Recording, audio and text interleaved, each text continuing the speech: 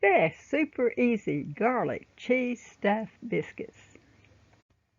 I had really fallen in love with my garlic cheese stuffed biscuits made with my 2-ingredient biscuit recipe. I was finding every excuse to include them with every meal. Heck, I would just reheat them for a snack.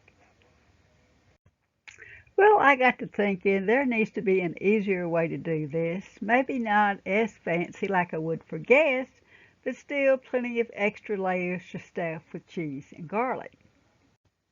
Well, I first preheated my oven to 400 degrees Fahrenheit, and I started with my 2-ingredient biscuit recipe.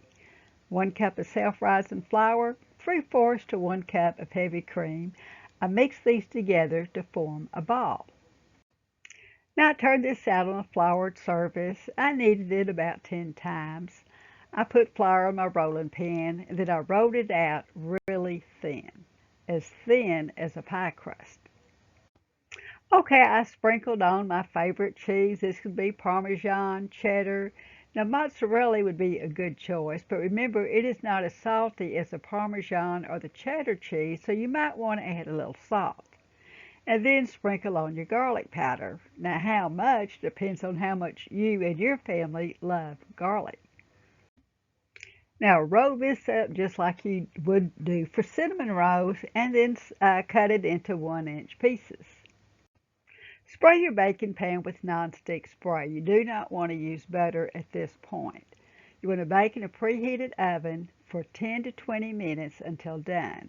Now while the biscuits are baking, make your garlic butter. Melt half a stick of butter, stir in 2 teaspoons of garlic powder, and 1 teaspoon of crushed oregano, parsley, or Italian seasoning, whichever is your favorite. Cover or remove from heat while the biscuits are baking. And when they come out of the oven, just top them with this garlic butter. And you might even want to double the garlic butter recipe.